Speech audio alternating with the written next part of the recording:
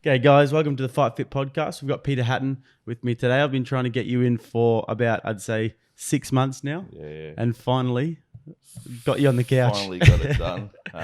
Plenty going on for you. Been pretty busy down at Fighters Express now that I've taken it back over again. A few years back, I sold it to one of my students, and he's kind of got into other businesses now. So I've taken it back over in the last couple of months. Have you had to bring fighters back to Fighters Express with you, or were they fighting there before? Or? No. There was a few guys that followed me from. What happened was I wanted to spend a bit more time with the family, and so I got offered a job up in Pakenham through this builder who had a gym up there, multi-million-dollar gym. Asked me to come up and look after it. Got it up and running. Huge kids classes, adult classes was going really well. And then he finally sold up. So I moved on, and they asked me to come back to Fighters Express. So I've been down there for nearly 2 years again now. A lot of the kids followed me from Pakenham, and I'm just trying to build up a good amateur team at the moment. Got a few good pros as well, hey? Yes. At the moment, I've kind of dropped off the pros and started building up the amateurs. Right. Because I'm probably from boxing and kickboxing background. Now I'm trying to push into the Muay Thai and more the MMA stuff because that's the way it's going. And you've got Jake Matthews, who's one of your fighter, or who you're the coach of Jake Matthews. Yeah, Jake Matthews. They asked me to come on board. I think it was a month out on when Ronda Rousey come out here to fight Holly Holmes. He fought. Did he fight? Did he fight that night? Ariel. Yeah. He's a Mexican guy. The funny thing was Jake actually got clipped with a head kick at the end of the first round. Really? And was rocked. He got saved by the bell. After that, Mick, his old man, told him, you got to take this guy down. Took him down in the second round straight away. Ground and pounded him. I think the guy retired after that fight. He had a lot of facial injuries with the elbows. Jake walked out of the cage asking people, "Oh, did I win? Did I win?" He was still rocked. Really? So yeah. From the head kick. Wow. Yeah. So that just shows you what character he is. You know what I mean? Absolutely. He was rocked. He was still a young kid. To get into UFC at 19 years old. And you find experienced guys at 28, 29 years old, and they're peaking. It's wow, I remember that's kid. Why I've been a big fan of Jake for about, I'd say, probably 6 years now. Since he fought on The Ultimate Fighter, Canada versus Australia, because I watched that series religiously, and he's my age. So I remember thinking, what the fuck am I doing with my life? This kid's on friggin' UFC. I just think Jake's one of those kids that it doesn't matter what he does in sports, he'll go far. Because he was a gun footy player as well. Gun footy player, I heard. And I just think he's an all rounder. You know what I mean? And I just think it didn't matter where he went. I think he would have made it. Yeah. And what he did. So cool to see that though. When I was 18, 19, seeing him on that show, and then he was on the same team as Daniel Kelly and stuff, and that was so cool. Then he fought the Canadian gangster Olivier Aubin Mercier, and didn't quite get the win there. But I reckon if they ran that back now, it'd change. Yeah. I reckon that'd almost be a good fight to make, even though Jake Matthews has got a much better record over his last 6 fights or so than him. So. Yes. Well, I think has he won 6 of his last 7 or 5 of his last 6 or something? Something like that. I'm pretty bad with I'm pretty bad. Like you probably just focus on the next fight. yeah, you know what I mean. But I know like the last few fights, he's had wins. There was the one before this fight was like we had no what was it? We had no like MMA coach there. Okay. So it was just me and a jiu-jitsu coach. Right. And then like so we made this pact like we got to stand and work, you know what I mean? And like as it happened with Israel on the weekend, like people think it's a boring fight, but it's not a boring fight. It's strategy, you know what I mean? Like what do you want to stand there and bang with someone like Romeo, you know what I mean? It's just like, it's crazy, like get the win, get it done, Not every fight's going to be action-packed. And that was like with this guy that fought Jake on his second last fight. Yeah, I remember You know what I mean? Like in Melbourne. So we kept it standing. Jake was comfortable standing up and we took the fight. We won. I thought that was a really good fight. I really enjoyed that. And he outworked him and outpointed him. Oh, 100%, Then like...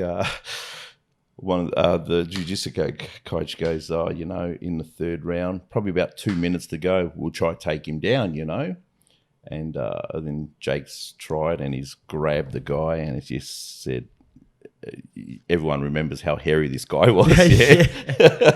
So he reckons like it was just oily. It was just like he couldn't hold on to this guy, It was so oily. So, so we kind of let that go. Stand up and fight, hilarious. But there's always strategies going into a fight, and like not every fight's going to be action packed. You know what I mean? Like, hey, what a fight with Joanna and Zane. You know what I mean? Like that was crazy. Wow. That was a crazy fight. You know what I mean? And for her to keep going, it was just like there was. I remember there was one slow motion punch hitting that forehead, and you see the forehead split and then just come straight back together. It was like crazy. Yeah, whatever that was, I would like, I was like I reckon, perversely intrigued to want to touch that, whatever was happening on the forehead. You see, well, it's pretty much a bit like a cauliflower, isn't it? Like, it's like, it's but I reckon it actually started off with the headbutt at the start. Oh yeah. They went in and they, Joanna like rushed in and like headbutted her. And I reckon that kind of started it off, and then it went on. Yeah, right. Went on to. And then so Jake fought. What was his name? Meat. The last guy Meeks. Jake fought. Yep. Meeks. Yep. That's right. Yep. And he's this crazy Icelandic dude. And Icelandic? I think he's Icelandic. Yeah. And he was just like the most entertaining guy to watch in the pre-fights. But then Jake is always quite cool, calm, and collected. Yep. I definitely get a sense, because every fight is different before a fight. I definitely get a sense that he is quite a confident fighter, though, quite a confident person. 100%. Because he just kind of stood there and he's just like, yep. And you know he's tough as nails. He's kind of a out of suburbs kind of country boy, Melbourne. And with Meeks, like he put up a video, like Viking versus, Celtic. And then it was like, let's bring it to the middle of the ring and let's punch on, But that all changed. Like we said, Jake, no. We're not doing that, Dan Kelly's on board now, which is pretty good. He's I actually wanted him on the last show with us, you know what I mean, but it was a bit too late. But Dan Kelly's been awesome, man. I learned a lot of things from Dan Kelly during the camps and stuff like that. It was great, he was sending me messages, Pete, you're doing a great job. It's like, oh wow, like I'm up there with him, you know what I mean? It's like, I never thought of myself as like, anyone special. I used to look up to like people like Dana Goodson and stuff like that, and I think, wow, they're like unbelievable. When he used to walk into the venues and used to think like, wow, this guy's like a god. Yeah. You know what I mean? And a humble person too, he'd always give you time of the day, And that's what I try to do with people too, I try to give them time of the day, I don't try to be snobby or anything like that. It's just like, I'll try to help out everyone that I can. I've been really keen to get you on for a long time, as I was saying. One of the main reasons I was keen was because everybody speaks so highly about you around here. Oh, especially, thank you know, Paul as well, and Brennan Party. On the phone, he was saying, mate, he's just the nicest guy. Always gives you the time of day. Always down to earth. Always has a smile for you. So. Yeah, even like I got a shock the other time, you know, like Paul rings me up. Oh, Pete, what are you doing on this day? You know, got a birthday party, you know, you come down, you know. Oh, mate, like these guys I used to look up to, like, you know, and I still do, you know what I mean?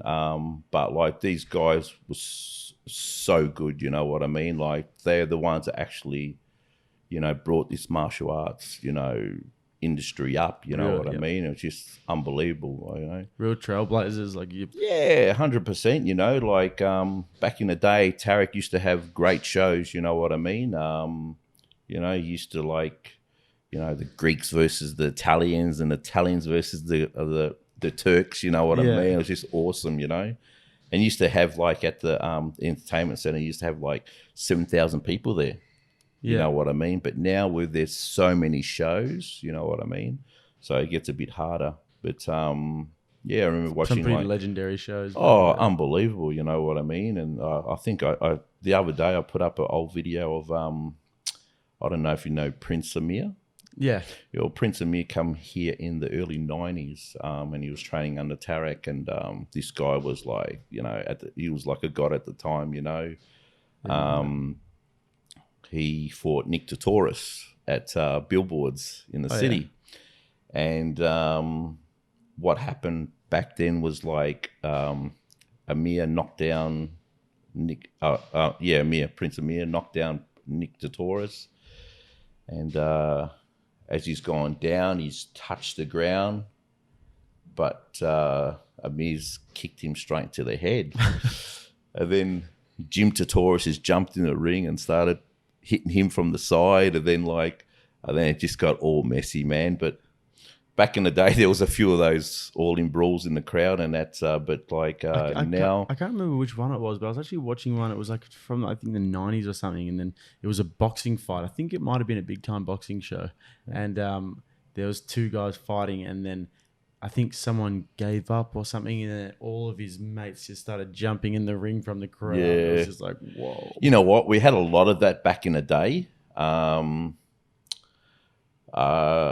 Like the shows have come a long way now. Definitely. And thank God we don't have that much. Yeah, we don't have that anymore. Right. You know what I mean? Which is awesome. You know, back in the day, like it got a bit scary sometimes. You know, you're in a crowd, and then chairs are starting to fly, and like you're dodging and weaving. But I wouldn't know what to do with myself. Yeah. You know, these days the shows are so nice. Unbelievable. You know, but like now it's like, you know, everyone likes to help everyone now. You know what I mean? Like it's good that way. You know what I mean? So I think the industry, everyone's sort of better together. You know, people for sure, helping each other out. You know what? Like a gym opens up the road, I'll share there on Facebook. I'll share it on social media. You know what I mean? Nick Cara's opening up a nice, awesome gym. Guys, make sure you get down to Nick Cara's this Saturday. Narrabin FightFit. Yep, that's it. That'd be awesome. You know, Nick's is one of the guys, you know, we used to all look up to. He was a monster. He was a monster, you know, in the ring. But like a humble guy too, you know what I mean? Like he'll give you time and day. You know, even he goes to me, why do you share people's, you know, like gyms and stuff? I said, man, it's good competition. It's healthy, you know what I mean? It's good, you know, like I'll try help everyone out. At the moment, even like Zed Zachariah's got a gym in French Gully. He's just opened up. It's called Ninja Nation. So that looks cool. It's like Ninja Warrior, you know what I mean? And he set up a couple of bags and asked me, oh, is there any chance you come down on a Saturday and help out? Yeah, no problem, you know what I mean? Like, you know, build up some young kids down there and that. Like, you know, I share all the shows and stuff like that. Like, it's nothing to like hide. You know, you help everyone out in the industry. You know what I mean? So yeah, I think it comes from, you know, you've obviously got a passion and a love for martial arts, and for seeing that develop in Australia as well. And that's all I want to see. I want to see it grow. You know what I mean? And it doesn't matter what we do. If we do kickboxing, K1 boxing, you know, it's, you know, we've all got, we all help each other. You know what I mean? That's what it's all about. Yeah, so, I think that's sort of the similar premise of why we do this podcast as well. Is I want to interview people from everywhere around the industry. Now when I look back at the first 55 episodes or so, we've got guys who've had competed in the UFC, professional boxing, health and nutritionists, some strength people. We've got people who are two guys who are over in Jordan at the moment qualifying for the boxing for Tokyo. And it's just anything that we can do to sort of to help the sport grow. It's awesome. For sure. We've got a few new promotions that's popped up, and they ring me up. They say, "Oh, Pete, do you know how we can do this, or can you help us match a show?" Yeah, no problem, mate. You know what I mean? Like, we got Prince Promotions with Ali down there, Naz, and Mindy. We've also got Hardcore Promotions with Mark Jelsey and Jack Day. Just help them out. You know what I mean? Like, they want the sport to grow too. They've done their time. They've fought. They want to put back into the sport too, which is awesome. You know what I mean? Yeah. So no, it is. And I've noticed that at your gym you've been having some great sparring sessions recently with some of the big heavyweights. Yeah. Well, I actually lost our permit during to open up during the day and Saturdays because the car park was getting too full. We had like a billiards place next door, another martial arts place. So then we got like Peter Stevens and the Salvation Army, Harley Heaven. And like on Saturdays, it's crazy, you can't park anywhere, you got to park probably about 100 meters down the road or so. But now we've got our permit back, and we're open during the days. We're starting to run classes, training the fighters during the day. And on Saturdays, we used to have these huge sparring sessions. Like, you'd have probably about 120 people on the mat, and in the ring, like sparring. And it was awesome, like all gyms coming down. Now I'm back. I started the first one was on Saturday. I had Junior Tuffer ring me up from Queensland and said, I'll be down for the next, few days. Is there any chance we can do some sparring? So I got the few boys together. We had about 7 heavyweights in the ring. And it's a great session down there. You know what I mean? We have like all experienced, young kids to old, to experienced. And I always say, like, because like I like everyone to change and move around with everyone. So just ask the person you're sparring with next his age or, his experience, and then we'll work off that. You know what I mean? And everyone's really good. Everyone looks after each other, which is awesome. Yeah, I think it's important when you have the younger guys who are fighting against guys like Junior Taffer, who's fought overseas and he's doing really well for himself. Yep. To get looked after, because it can be quite discouraging if you just get bashed. Yeah. Like, I mean, like, I've got some super heavyweights like Big Freddie Terapita. He's had like 12 fights for 11 wins, I think. The only reason why he lost, he was a bit unfit once, got hit in the gut. Thought he'd wait for the 8 count and stand up, but it was a little bit too late. But right. That's the way it is. He was moving around, but he's 160 kilos too. You know what I mean? He's a monster of a man. It's a big unit. So he's got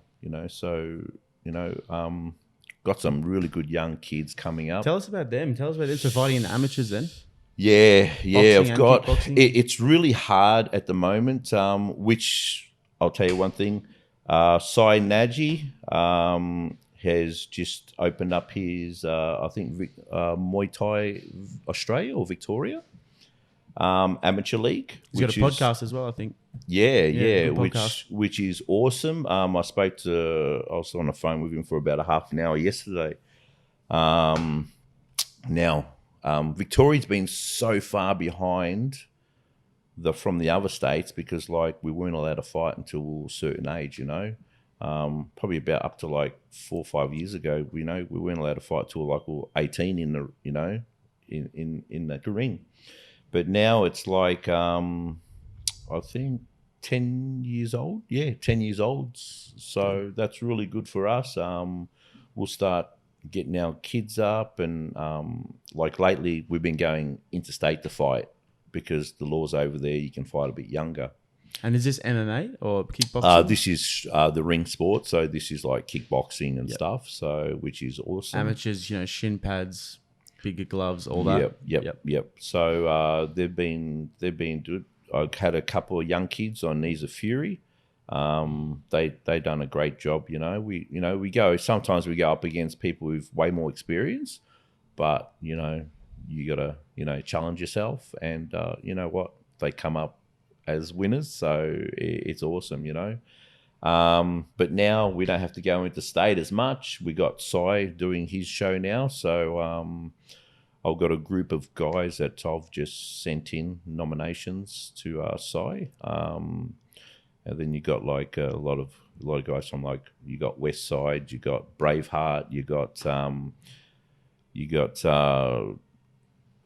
Eight Blades, all these gyms, and Maricot, you got all these young kids. They've got heaps of young kids, and they haven't been able to do anything. But now with Sai here, he knows what he's doing, and he's always there. You know what I mean? Like, he's always there to help a hand. I said, I even rang him up one day. I said, Sai, man, like, I'm doing a show, man, but I haven't got anyone to run the floor, So he come down with Ben White. He ran the show, ran the floor for me, which is awesome. We ran it smooth. That's the type of people in the sport, that you love. You got to help out. So yeah. And that's so cool. I love the fact that we're sort of getting it from the grassroots now as well. 100%. That's awesome, because for the longest time we've lacked that sort of support to build, good talent from the ground up, and to have them supported and looked after all the way through their development as well. So to have these sort of initiatives is just so good for us. Yeah, so good for the industry, and so good for the people involved in terms of like the kids who will be participating as well. Yep. I think it's a really healthy outlet for anybody. Yeah. And Hammer put up a video after that whole bullying video happened the other week. Yep. And then Hammer put up a video saying, I would encourage, parents to help, their kids. I can't remember what he said exactly. I don't want to sort of bastardize what he said. But basically, just it could be a productive thing to help your kids be mentally and physically strong by bringing them into some sort of martial arts or some sort of sports or something like that. And I think that that's a really good point. 100%. And if I'm to be a young parent in the next few years, I would do the same thing. Yeah. Yep. And I kind of wish that I had have had the same sort of discipline as a kid, because I think that would have helped me develop as a better adult. Yeah, 100%.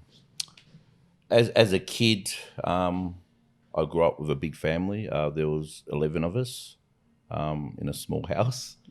So we always kind of shared and stuff, and like that's what I try to bring out to my students. Like, don't be selfish. You know what I mean? Like, it's a team here, work with each other. You know what I mean? Like, I think things have also changed too. Like with students, some students are a little bit like selfish. You get like if my trainer would ever ring me up and say, Pete, I'm stuck at work. Is there any chance you can run a class, man? I'll be like, fuck, that's awesome. Like he's trusting me with a class. I'm doing it. But now if you ask a student, it's like, oh, how much are you going to pay me? You know what I mean? Like you gotta get rid of that out of your head. You know what I mean? We're all here to help each other. Like, and also reverence to your trainer. It goes without saying. Yeah, like what people don't understand is like, as a trainer, we spend more time with our fighters and our students and our own family. And it's stressful at home. Sometimes you come home and go, your missus would say, oh, you're spending time with your son, you know what I mean? It's like, it's hard, you know what I mean? Like, everyone's got to work, everyone's got to make a living, I know that, but... is a real sacrifice for you guys? Oh, 100%, Then like, a couple of weeks ago, I was in New Zealand. Before that, I was in Adelaide. Then like this week, I was supposed to go to Darwin. I said, man, I can't do it, you know what I mean? Like, I can't get out there. So, I asked around to some of the students. Oh, no, I can't do it. You know what I mean? I can't go up there. And then I said, you know what? to one of the girls that always helped me out. I said, "Is there any chance you can go up and corner these guys?"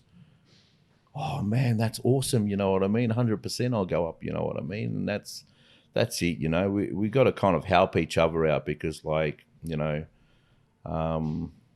I know a lot of people, you know, their kids are suffering. They got like mental illnesses and stuff, and they're trainers. You know what I mean? It's like they're going away, they're spending more time with their fighters, and like, but the fighters don't see it. You know what I mean? It's like it's really hard. You know what I mean? And you go home and you have arguments and stuff like that. But like, yeah, it's just, you know, it's and pretty much like there's not that much money to be made. You know, but you know, it's the love that we got for the sport, and we put it back in. You know what I mean? It's important for that to be reciprocated. 100%. You know what I mean? All of those involved. Yeah, like I done 7 years straight, not 1 cent. You know what I mean? I was at the Police Youth Centre in Dandenong. I was teaching the boxing there. And then you have these kids from, you know, disadvantaged, you know, backgrounds. They'd come in, and all I had to do is put $1 in there, $1 in a tin, and then like, you'd see them come in and they'd just pick the tin up and shake it. Like they'd put money in there, but you'd kind of sit there and laugh. You know what I mean? It's like, yeah. It's all cool. You know what I mean? So, you know, that's the way like we grew up, and, you know, it was $1 a day. You know what I mean? And like, you know. Same with, I used to box at the Footscray Youth Centre. Yeah. And it was $7 a week. So it's the same sort of deal. Yep. $1 a day, and it was pretty good. It was awesome. You know what I mean? And you know what, the local government was helping out, and you know it was great. You know, get kids off the street. You know, but yeah, I just, you know, like, just I find like some fighters, they get a bit selfish. And I do understand, like, they want to go further. You know, they want to push further. That's all cool. You know what I mean? But like, you gotta give back a little bit too. You know, I just can't imagine, like, for example, like a Paul Fifield. I'm going to use him as an example of him ever sort of having any disrespect towards, you know, like Bob Jones, for example. Oh, because of maybe it was different back in those days. But you know, there was that just absolutely unwavering respect for, you know, the sensei or the whatever. What would they call it? Yeah, like sensei. Sensei. Yeah, yep. And maybe a little bit of that's been lost in like the new social media age. 100%. Like, you know, as you said, you know, like Paul would look after them, mate. Like Bob Jones and Billy Monague and all these guys, mate. They were like the gods. You know what I mean?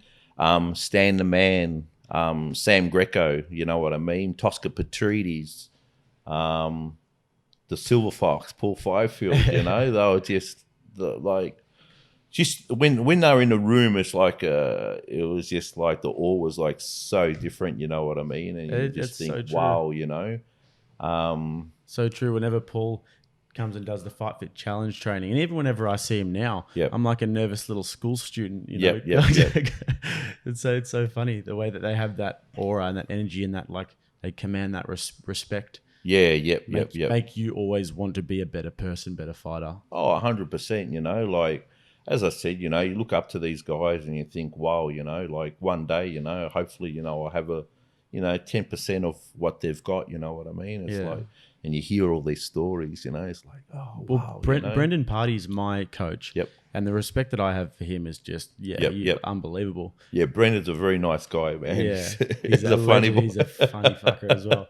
But I got invited to go train at Paul Fifield's house for the first time yesterday. Yep. And I had the NBN people coming to install my Wi-Fi, and then they were late, and then I couldn't go. And I was absolutely spewing, and I was texting Brendan like, oh, shit, I can't go, that. And then he called me up today and was like, look, doesn't matter that you didn't make it, you know. Yeah. And I was just so happy that he didn't. That it wasn't a problem, because I was like, they've invited me down. It's like a big deal for me, but then I didn't want to like kick it back in their face. But it's good to have a good relationship with you. Oh, for sure, you know. Yeah, for sure. It's just and a coach that really cares as well. Like somebody like Brennan, he cares about us boys so much, you know. Yeah, there's a few like promoters, like, and like they're running amateur shows, and then they ask you, you know, like, oh, you want to put your guy against this guy?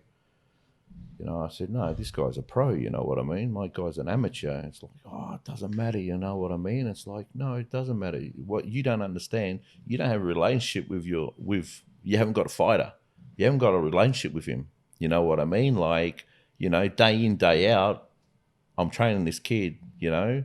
I go out for lunch with him, you know what I mean? Like, you know, I'm his doctor, I'm his father, I'm his trainer, whatever, you know. But, like, you don't have that relationship. You don't understand, you know what I mean? Like, I can't just put someone in the deep end and, you know, get the kid hurt, you know? Because when I do, I'm serious. Like, when I put a fighter in, I think, you know, would I do that with my son? You know what I mean? I wouldn't do it with my son. So why would I do it with someone else's kid? You know what I mean? So that's the main thing. You know, you've got to look after your fighters. You know, look after your fighters. A few times, you know, you get like people that lie about their records. You know what I mean? This is one thing that they do lack in the kickboxing Muay Thai thing, is like having, you know, like your records as transparent as possible. Yeah, and data with all the people's fight records and stuff like that. You know, I know once it gets over 25, you know, 15, 25. Doesn't matter who you fight, you know what I mean? You're at that stage where, you know, you should be peaking and you fight whoever, but not a kid that's starting off, you know what I mean? Like, then they get heartbroken, they don't want to come back to the gym. And you're the one who's got to look at me in the eyes after that. You know what I mean? Get hurt or whatever. Like, there was a girl that I brought to Adelaide, she's 13 years old, and she had like 2 fights at the time. And then like, you know, this other girl had like 8 fights, and I'm thinking like, you know, so I sat down, I spoke to the parents. I said, this is the go, you know, like there's a girl there. This girl's like, she's 13, but she's probably up to my forehead, you know what I mean? So she's a tall girl. And I thought, you know, like, I sit down, spoke to the parents, this is it. It's up to you guys, you know, and they're saying, yep, let's do it, you know what I mean? You know, we're not going to fight. I mean, like, she's going to have problems getting fights anyway, you know what I mean? And we went there and, you know, we stuck to the game plan and we ended up winning the fight. So, you know what I mean? It's just like, there's times where you got to look at the guy's experience and think, you know what? I think she'll do all right against this person, you know what I mean? So, and you kind of look at it like that, you know. But, how does it go when you're choosing fights for like UFC fighters? Is it just like the UFC will give you a fight and you've got to take it? Or is it you can say, yeah, no, chop and choose? They'll give you about 3 or 4 guys to have a look at, and then and have a look and see what you think. Or sometimes I'll say, oh, I've got this guy for you. You know, he's available. You want to take the fight? Yep, no worries. You know what I mean? And did you think that Meek was a good stylistic matchup for Jake? Or do you think it was going to be I thought it would always be like action-packed fight. Yeah. You know what I mean? You know, but we did stick to a game plan, and it got us over the line, which was good, you know. With Jake, it's like, I used to run these shows called Night of Mayhem, and he used to fight on the amateur shows there. And it was like, all right, we got this kid. I had a phone call from Joe DeMacaulay back in the day. He goes, oh, I got this kid. Maybe you can use him on your show, Jake Matthews. All right, no worries. So I got in contact with his old man and that. We had a good talk. So I started building this Jake up on the shows. But it got to the stage where, like, Jake was like fighting at 77, but he was walking around at 74, 73, you know, like he was a little kid. And then we got to the stage where we couldn't find anyone at his age, so we had to fight adults and stuff like that, and men. But then there was this guy, I think Sam Flamatis or something like that, Islander guy, you know, solid boy. And I said, you know, this guy's around. What do you think? And Mick goes, yeah, we'll fight him, no worries. Anyway, I looked at the video and I thought, oh, shit, this guy's a man. Jake's only a boy still, I said, Mick, you're sure, And he's going, no, take it. Pete, just have trust, I said, Mick, are you sure? He's going, yeah, it's all right, And Jake come out and he done his magic and he got the fight over. Wow. And this is when he's training out of his backyard in Eltham or something? Yeah, like he didn't have the gym at that time. Then we had who'd we have? We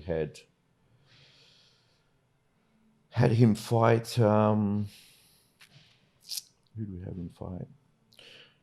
He fought Callum Potter on my show too. Did he you really? know what I mean? Yeah, he fought Callum Potter on my show. He beat Callum in the first round. Then who else? I had a few other guys. Was this pro kickboxing or MMA? No, this is all MMA. Yeah, this is all MMA. He started off having a few kickboxing fights, didn't he? Yep. And then went into that. Yeah, I think he fought on George Kolawash's shows. Right. So yeah, but then like he started doing the MMA, come over, started doing some fights with us, won like an Aussie title. And then I brought a group of 6 Croatians over from Croatia, and he was main event on the show. Dan Kelly was one of the fighters on the show. He beat Grasshopper. He was like a Muay Thai fighter from Shepparton. Mate, I thought Daniel was going to break the guy's arm. It was crazy. Really? Yeah. Was it an crazy. armbar? Yeah, it was an armbar, but it was like he was upside down doing it, and like you couldn't see, but you could see it was crazy. Jake fought the main event on that show, and he beat the main Croatian, which was awesome. And then did he get the call up to the Ultimate Fighter? Yes. Then what happened was like I had him and Dan Hooker matched. No way. That was I had him and Dan Hooker matched.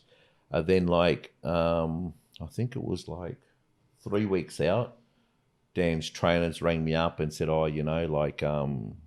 UFC's taking him. Awesome, you know what I mean? That's what we build the guys up for, you know what I mean? So you had Dan Hooker on a few of your shows before that, did you? Yes, we had Dan Hooker on the shows. Then we've had Corey Nelson, all those guys from back in the day. A few good young kids that used to fight on the show. Joseph Luciano from Kumakai. Okay. Yeah. For people that don't know, Ed was my first kickboxing coach. Okay. Yeah, Ed Bavelock. I was with him. We used to train in Dandenong, and then he went back overseas for a while. So we opened up a gym with Laos Tui. I was doing waitering one day in a wedding reception. And he was there. He was waitering too, and we got together. And, we should open up a gym. Oh wow! And then after a while, that closed down, and then I had another guy that said to me, "Oh, Pete, why don't you come over here? I've got these refrigeration fridges. They were pretty decent size. You know what I mean? There was like 2 of them together. So we knocked down the wall, put a ring in one side, put bags on the other side, the mats, and then like his place was called Express Refrigeration. Okay. So you know what? Like the guy gave me rent free for a year. You know what I mean? So I said, "Oh, Fighters Express." You know what I mean? We'll call it Fighters Express. And ever since then, it's stuck. And I think pretty much all of Australia knows Fighters Express now, which is awesome. You know what I mean? So that's where we started anyway. That's unreal. So, yeah. And I love the stories about the shows because you got Callum Potter and Jake Matthews who now train together a lot at Resilience on a Friday. Yep. They do those sparring sessions and stuff, which I'd love to get down into. Probably not do the sparring, but get down to one day. And then you've got Jake Matthews almost fighting Dan Hooker on the card. Yes, Dan Hooker on those. Then like a week out, they've called me up and they said, "Oh, Jake's been asked to fight in the UFC too." So, oh man, that's the best. That's what we hope for. We build them up, and get him onto the world stage. You know what I mean? So yeah. And now both of those guys are really, really doing well. And Dan Hooker, can you believe how well he's doing at the moment? Oh, because he fought Edson Barbosa, awesome. and he really took quite a beating in that fight. Showed heart, like so much heart. But then now he's come back and he's knocked out 2 guys in a row, and then he's gotten that amazing win over Paul Felder. 5-round war. And he's really at the top of the pile now. Yeah. But he's a little bit older. He's in his 30s. 40s. Dan Hooker. Dan Hooker? Yeah. Oh, right. Yeah. Sorry.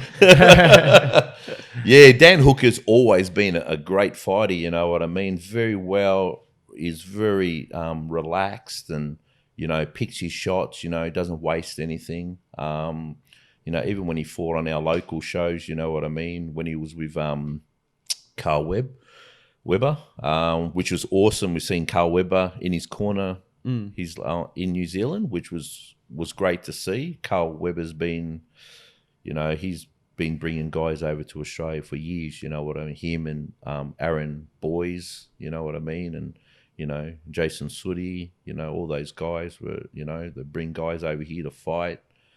What I love about the New Zealanders, they just want to fight. They don't care who they fight. They just want to fight, you know what I mean? Which is like, it's awesome, you know what I mean? Great stable down there at City Kickboxing. Oh, man. I actually visited the stable when I was there in Auckland. Got to talk to Eugene. Eugene's one of the guys that used to bring the fighters over to our shows too. Oh, so you've known him for a while then? Yeah, I've known him for a while. And he goes, he had one of the guys ring up from, I think, either from Brazil or someone. I don't know who they were fighting. I think they were maybe fighting Callum Potter. And he goes, and they rang him up and they said, we'll be in New Zealand for the UFC. Is there any chance we could come and do some training at City Kickboxing? He goes, well, if you're not fighting an Aussie and you're not fighting in New Zealand, you're welcome to come. But he was fighting an Aussie, so which is awesome, like that's what Anzac's all about, you know what I mean? Anzac like takeover. 100%, 100%, you know what I mean? And when I heard that, I thought, you know what, like this guy's like legit, you know what I mean? Eugene's like, he's a legit person, you know what I mean? He seems like it. When he was down for the last Dan Hooker fight against Ally Quinta and obviously Adesanya and Whittaker, I shook his hand when he walked past me at the Melbourne Pavilion because he had one of his boys fighting the night before, so we're mates too. Yeah. No, he has. He's been coming over for years. We used to match his boys up. His other boy fought on the show not so long ago, Blood Diamond. Yep. Fought on my 4-man. He's been having fighters coming over here for the last 15 years, I think.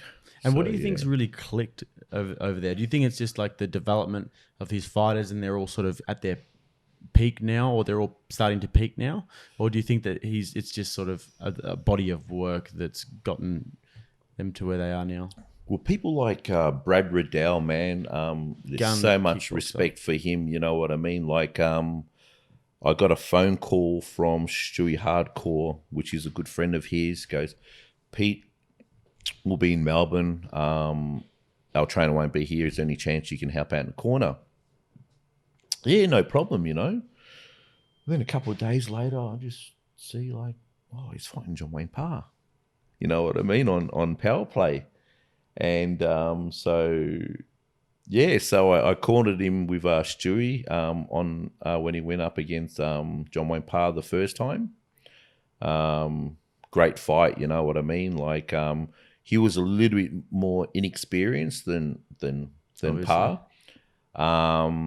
but he rocked Parr a few times, just didn't finish it off. Right. Then they fought. And you got to kill John Wayne Parr. Yeah, 100%. You know what I mean? Parr's we've had him down for seminars. He's awesome. He's awesome to be around. You know what I mean? But I think they fought again up on John Wayne Parr's show, Cage Muay Thai, up in Queensland, and Brad Riddell won that one. So Brad's been pretty much all over the world. Yeah, he's got a famous video with the Monk. I don't know if you've seen the Monk fight. I'll watch that one. Yeah. Brad Riddell versus the Monk. This Monk was like, you know, you'd hit him and he'd be standing there looking at you like, you know what I mean? He's just a crazy guy, you know. So that was a good fight, that one. A monk, hey? And what, the he was monk. like sort of like a... Yeah, he actually is a monk. Okay. You know what I mean? But is he some sort of like Shaolin type of... Yeah, exactly. Really? Yeah. So he was one of those guys, you know, and like the guys that the shows and all that in China, they just love this guy. You know, he's like #1 in China. He actually came up to Sydney and he fought on the WLF show up there. We had a few guys on that show, and he fought Fran Sanchez from New South Wales, and he stopped him. So it was in the second round, I think. But yeah. Did you see much of Israel Adesanya before? Yes. He fought at the Pavilion a few years ago, I remember. Well, even way before that, he fought Tony, what's his name, from Sting Gym. He fought on my show too, Kiwi kid, Tim Antonio. Okay. He fought Tim Antonio here in kickboxing on the Sting Gym promotions. And this kid just like from nowhere, Tim had much more experience. And Adesanya actually schooled him, you know what I mean? And then I think they fought twice, and Adesanya knocked him out, I think. Wow. In the second one, so yeah. So you think that, because if you watch also like the tournament, that one night, do you remember that one night tournament that Adesanya did where he fought like 4 or 5 times in one night? Yep. It was at the one in New Zealand? Yeah. The King of the Ring? Yeah, that's the right, King of the Ring. Yep. Like, that is such an awesome video, the highlights of that, and the way that he does it, and the way that he like taunts them, but also times his punches perfectly. 100%. And like, you can just, it's like a game for him. You know, it's like the way he's reading it, he's like 3-4 steps ahead, and everything just looks calculated when he's really on his game. Yeah. And it's just beautiful to watch. Mate, like he's unbelievable. Yeah. Timing, you know, people look at him, they think, oh, you know, hasn't got no power. But like, man, like his arms are that long. Over that distance, he actually gets more power. You know what I mean? Like over the distance, you know what I mean? People don't realize until they get hit by him and think, oh shit, you know, like this guy's got power, you know? He's just, he's fakes, you know, he counters, you know, just like is unbelievable. Balance and like always hit, and whenever he throws, he's always goes back into his rhythm, back into his balance. And Eugene's done awesome with him, you know what I mean? Like really like brought him up, and you see the sort of level of respect that those guys have for Eugene and for the coaches around there. It's just like Dan Hooker always says, I fight for, you know, under Eugene, I always will. And just like that sort of solidarity, it's just so awesome to see. Like, as I said, I went to the gym and like, gym was like packed. It was like chockers. They actually moved from the city out a little bit and got a bigger place. But it was just like the 2 mats are like just chockers, you know. But then he'd say to me like, oh man, I don't know what to do. He goes, I said, why? He goes, like, we've got about 80 people, like fighters here. And it's just like, it's crazy. You know what I mean? Like, you know, we try to get them on the mat all at once and we can't, you know, so we're going to have to like split them up now. You know, I can imagine every man and his dog would want to be getting down to city kickboxing. You know, there's another kid that trains with us, Ram. He's gone over there. He's training with them at the moment, you know. Eugene invited him. Yeah, no problem. You know what I mean? Like, you know, great people down there. You got what's his name? Doug Viney down there. You know, you got Mike. I forget your name. Sorry, Mike. You got Mike down there, which is Mike Angroves. Yep. You know, great guys down there. You got a couple of really good wrestlers down there that help the guys out. It must make you really sort of like pumped to see like so much happening from this side of the world. It gets me pumped. Like I'm a huge fan of Aussie mixed martial artists, boxers, whatever, going onto the world stage and doing well. And like I was following that Australia versus Canada and then the Australia versus England where Robert Whittaker won closely. I'm massively prideful about, you know, Aussie mixed martial artists. And for somebody like you who's been in the industry for so long and who's like worked so hard to sort of bring these fighters up, it must be awesome for you to see this. Oh, 100%. And it's opened my eyes. It's got, you know, like back in the day, it used to be like the boxers, you know, would look down on the kickboxers, you know, oh, they kickbox, they kick because they can't box. You know what I mean? It was like this kind of like thing. Now with the MMA side of things, like even the boxers have changed. Their thinking is a bit different now. They're thinking like, you know what, maybe, you know, we're not the kings, you know what I mean? It's like, and you see like, I forget his name, super heavyweight champion of the world boxer, you know, fought all the best in the world. Right, I think right now? No. No, back in the early 90s. Man. Anyway, he fought an average fighter in Thailand in kickboxing and like, didn't make it out of the first round. Really? You know what I mean? His legs just got smashed. He was trying. It wasn't. No, it wouldn't be. I was gonna say Shannon Briggs had a. No. Fight. He was like a really good fighter, like up there with like Foreman and all those guys. Oh, and, really? You know what I mean? So and Tyson, you know what I mean? So. As Shannon Briggs had a kickboxing fight, though, didn't he? And I think he won the fight. Yeah. But he said that his legs got kicked so bad, he's like, no, I'm never doing that again. But it just shows, like, you know, this European guy was only an average kickboxer. You know what I mean? And like, just chopped his legs, man, and just, you know, didn't know what to do. You know what I mean? Yeah. But you know what? I think like everyone's got a lot more respect than it was back in the day. Everyone just think, oh, you know, boxing's the king, you know.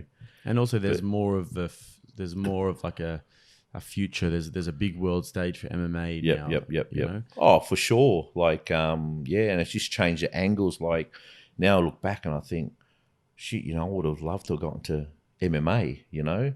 But now, like, I'm 52 in the next couple of months, you know what I mean? I think, like, geez, even to, like, learn jiu-jitsu, you know, time I get to like a black belt or something, I'm going to be like, you know, 65 or something, you know what I mean? So I tend to stay with the striking. You know, I have a lot of MMA fighters come to me now. So, Pete, you know, is there any chance you can help us with striking? Yep, no problem, you know what I mean? You'd probably get a lot of that though. Like I was speaking to Nick Carra on this podcast and he was saying, yeah, like definitely I would have done MMA, and knowing Nick, he would have been a beast at it as well. 100%, you know what I mean? Like, yeah, he was strong. He was, you know, he was crafty, you know what I mean? Yeah, and then also, I wouldn't doubt it. Like yourself as well, you know, like if you had the chance to go back now, you said that you would have liked to do MMA. Oh, for sure. Imagine, like, you know, being in the UFC now. Yep. Like, it's such a good platform for people. Oh, 100%. And not just the UFC, you got like one championship. I don't know if you've watched one. Of course, yeah. But I reckon the striking in one is unbelievable. You know what I mean? When it comes to the ground game, a little bit different. UFC is a bit higher, but the striking is unbelievable. And now we've got a few good fighters coming out of Australia and fighting on one. Yeah, you know Rocky what I mean? Ogden just had a Rocky. You know, and then you got like Chris Newen. You got Kenny Tees, you know, from James Roseless gym. Another kid just won 2 weeks ago. Josh Tonner. That's the one. Yeah, from Canberra. He's another boy that, you know, that fights used to fight on the local shows. You got that new Hardcastle from Darren Reese's gym. Oh, yeah, he's on there too. You know, you got some good up and young kids coming up, and you know, it's great, you know. Yeah, I think that it shows like the level of striking in one, and they've also a huge fan base as well. Yep. But like Sage Northcutt, who was fighting in the UFC, goes over there. He fights Cosmo Alexander, who's just a freaking killer. That's crazy, and mate. Just gets absolutely murked. Like one punch, one of the most devastating punches you've ever seen. I was thinking, like, what the hell are they doing? Putting him into that fight? You know what I mean? But I think with once you're on the stage, it doesn't matter who you fight. You're on that world stage. You got to fight who they put up. You know what I mean? Jabba fought on the show. He fought that what's his name again? I think I saw that fight. The guy, that taller guy. No. The one before that. Oh, okay. He won the semi. Then went back over to Russia and he trained over there for Sam Sana. Right. Come back, didn't work out as good as he thought it would. But he was training over Russia for that fight. And now he's just gone over to Madrid. He's fighting this Saturday against. He got a late call up, but that's for another association. Training with Christian Enel for top rank. Yep. Top rank boxing. Christian's a good friend of mine. He's a good man. You know, he's always there to help too. You know, we always ring each other. We say, "What are we doing?" You know, like we're always like helping out other people, and like you know, just falls back on us. Type of thing, but like Christian's the kind of guy that would give you the shirt off his back. 100%, 100%. When I actually first got to FightFit, one of my first sessions, I came in. I'd forgotten my shorts, and Christian went and gave me a pair of his shorts. Yep. Not the ones that he was wearing, the one that he had in his bag, and he let me keep them, and I still wear them all the time. Haven't washed them since. Christian had Kane Clark on last Saturday. Yeah, I was there. Kings of Combat. I was front row, mate. It was a beautiful knockout. Yeah. Well, I've always said to Christian, and I've always said to Kane, I said, man, Kane, you're one of the most underrated boxers in the country. He's unorthodox boxer, but always gets the job done. Yep. Even in his kickboxing fight, same thing. He always got the job done. You know what I mean? Which is like, I don't know what he's at now at the moment. He's like, I think 16 or 17 and 0 with both. Yeah. It's unbelievable. You know what I mean? Boxing, I think. Yeah. He's short, but he's very powerful and explosive. You know what I mean? He's one of those guys. You know, he might miss 100 punches or whatever, but like, if he does hit you and he hits you good, you know you're going to get hurt. So that's awesome. And that's awesome. Kane is headstrong as well, mentally strong. Yep. He's one of those guys who's got that presence about him and that aura, and trains the house down 100%. As well. So I think he's got all the tools to have a big next few years. Hopefully, Kane. I reckon like he could go for a world title. You know what I mean? Like, as I said, is unorthodox, doesn't get hit much at all. You know what I mean? But he's just got that power where, he's going to shock a lot of people. You know what I mean? So, and as I said, I always tell Christian and Kane that himself, you know what I mean? And he's got we've got some great coaches around, and guys like Jake Matthews are so lucky to have someone like you in their corner who really cares and a real awesome sort of person for the sport. And then some like Christian in Kane's corner as well. Yep. Another guy who just cares so much. Oh, 100%. And who just cares so much about the sport. Too. And we're very similar, me and Christian. We'll ring up each other like 12 o'clock at night time. We'll just have a talk. Think, fuck, what are we doing? But he's a great guy. He's really a great guy. There's so many good trainers out there. There really is. You know what I mean? That's good. It's just good to see that you guys helping each other out when you obviously helping out when you can, and then Sai with the young kids show, and then it's just awesome to see. I love where Australia's gone. I really think with Australia's come a long way. You got River Daz from Hammers. He's on Glory. You know what I mean? I love that guy, man. He's awesome. Oh, very humble kid. He's been on here as well. Yep. Yeah. Very humble kid, very always polite. Hey, how you going? When you see him. You know, you got all these young kids coming up fighting on one, now getting onto the UFC. River's another great example of of really respectful person as well. Oh, 100%. Respect towards his coach, loyalty towards his coach and his gym, and Hammer says that sort of that same thing as well. So 100%. And you know what? You got people like Simon Carson from Absolute. You know what I mean? He's got the brand, you know, A1, you know what I mean? But like, he's always there helping out, you know, like Simon, need some gloves, you know? Yeah, no problem. How much, you know what I mean? Like, you know, tell us the price. Bro, just give me a couple of PTs, you know what I mean? I'm happy, you know what I mean? And like, them kind of people, you know what? Like, as I said before, there's not much money in martial arts. And then when you got guys like this, like Simon, you know, you got Billy from Revolt, you know what I mean? Always willing to come and help, you know, get their brand out there.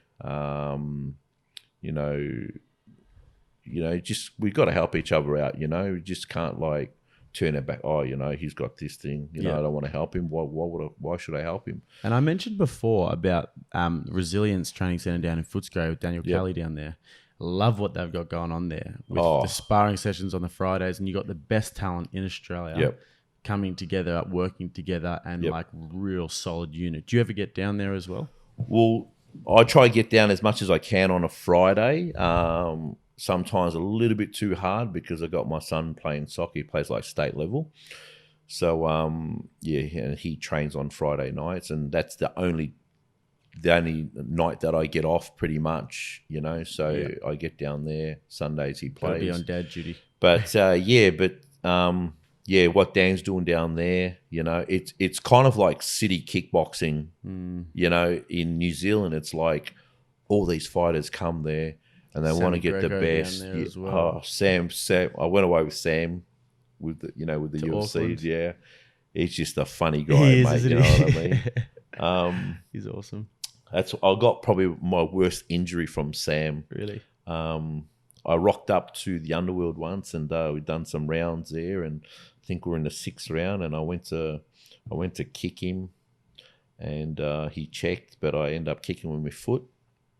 And man, it took me 9 months to get over that injury. It was like, shit. I had like X-rays, I had like ultrasounds, everything, and I was like, no, nothing wrong with your foot, nothing wrong with your foot. I'm thinking, there's something wrong with my foot, man. Like, it was so much pain, man. I remember getting home. My mate was driving. I got home, and I got out the car, and I went to put my foot out, put it back in. I said, bring me to the hospital, man. But, Sam, we always laugh about that now. But he was bugger. A gentleman because, like, in my day, I actually started pretty late in fighting. You know, it was after I got married. You know, I wasn't one of these early starters. I started training with boxing with a good friend. Stan Bogovic was like, I think he was like 17-0 in the pro boxing. You know, used to run the nightclub down the road from us. You know, like used to always look after us young guys coming in. Awesome guy. One of those guys that always gives back. You know, always helps out. Then now I just gone blank. Stan Bogovic? Yeah, Stan Bogovic, he's unbelievable. Like he was so good, you know. Then like I met up with Ed, started training with Ed. Ed took off back to America for a while. Then I got with Laos. We opened up a gym that closed. And then like I opened up my own gym. But while I was with Laos, I had a few fights. Two-time Victorian super heavyweight champion. Those super heavyweights, they freaking got to the stage where, you know what, like, yeah, I won my fights. None of them went the distance. And back then there was like no internet. You know, say if guys coming from interstate, you don't know who they are. You know what I mean? But you know, I won my fights. And then like the next stage was like, fuck, you know, like the next ones were like, the heavyweights were like Sam Greco, Stan the Man. I was like, no way. You know what I mean? All these guys are fighting on like K1, you know, Japan. And It's a pretty special era for us. 100%, man. It was like I was here and they're up here, you know. It's like a huge step. And being 32, you know, it's like, you know, nah, you know, maybe, you know, I'll just like relax now and, you know, and start training. But that's, you know, like I was actually training people before I actually fought. So I thought to myself, you know what, like if I don't know what it's like to get hit, I always sparred and stuff like that, you know what I mean? But like if I don't know what it's like to be in there and get hit and learn these things, like how am I going to tell people, you know what I mean? So, and that's why I jumped in. I jumped in there and I, you know, I had a few fights and, you know, and yeah, so. And now here we are. Yeah, that's and it. You guys all I mean? like sort of work together now, and it's funny how these things have sort of happened and how it's all come to be now that, you know, the guys from your generation are all sort of passing down their knowledge and helping the next generation. Oh, mate, like I got a kid, Franco Valenzuela has been with me for one of the longest, you know what I mean? And all he done was boxing. So he started off scratch with kickboxing, amateur boxing, moved on to pro boxing. Then when he said, you know, like, oh, I want to retire. Yep, no worries, you know. Start training people, you know what I mean? Yep, no worries. So he started training people and like, then he came up to me and goes, oh, fuck, you know, I'm finding this hard, you know, like, you know. And he wasn't the best pad holder. But now when I look at him, I think, man, wow, you know what I mean? Like he's so creative. He's, you know, things that are working. You know, now he's just opened up his gym in Scoresby. Okay. It's called Boxing Lab. Okay. Man, when I see him on the pads now, I think, wow, you know, he's taken mine. Now he's added his on, and it's just like, and you know, that's the way we evolve. But you know, he's awesome. He's so good. Another one I wanted to chat to you. I won't keep you much longer. I could chew your ear off all day if I wanted to. But John Wayne Parr as well is like a massive legend of the sport, obviously. 100%. I'd say he's probably my MMA idol. I absolutely love John Wayne Parr. Been watching his fights since I was a little kid. My dad used to have all of his fights on. That's kind of got me into it, I guess. And you tagged him in one of our podcasts. What we had with Nick Carra when Nick talks about him. One of the greatest moments of my life when he really? when he commented. Oh, like, you know what? There was this John Wayne Parr used to come down to these 8 men in Melbourne. Kelly Seif used to actually run. He was one of my trainers, Kelly Seif from XFC. Well, back then it was called Kelly Seif. And he anyway, like he fought on I think it was a Tarak show. And he fought a guy named Chris Allen from England. No one really knew much about Chris Allen, and John Wayne Parr was this up-and-coming kid, you know, and this is where I found a lot of respect for John Wayne Parr. Was like, he fought Chris Allen, he got cut open. And then, like, I remember Dr. Lewis coming up to him and checking him out. Yeah. And, like, I was front row, so I could actually hear. He was begging Peter Lewis. And he was saying, I've had worse in Thailand. Yeah, I'm all right, you know, let me go, you know, like he begged. Yeah. And then like Peter let him fight. And then I think he got cut open again, like, you know, and ever since then, man, I had so much respect for him. Another guy that I've got huge respect for is Nathan Corbett, Carnage. Like his style, it's like, I love his style. You know, I'll send him a message, you know, I just like when this guy's in the gym, like he's done a seminar at the gym, man, it just like, it makes you want to like, you know, hit, elbow, knee, you know, everything, you know. It's just like, he's unbelievable. Like I love him, mate, you know what I mean? So yeah, just a lot of legends, just good. There's a lot of good guys out there, and there's a lot of good people. You know, I don't think there's no bad people out there, you know what I mean? I think they're all good, but you know, sometimes they get caught up in some stuff, you know what I mean? And I just think like, you know, but I think they're all good. They've got good hearts, you know what I mean? They try to put back into sports, and that's all we ask for, you know what I mean? Like, at the end of the, you know, it is, I think that with people like yourself around, the sport's blowing up in Australia and New Zealand, and it's awesome to see. But thank you so much for coming on today. I appreciate it so much. Been a long time coming, but I'm so glad I finally got you in. And thank you so much. All right, really no worries. Thank you. Thank you, everybody, for listening. Thanks very much.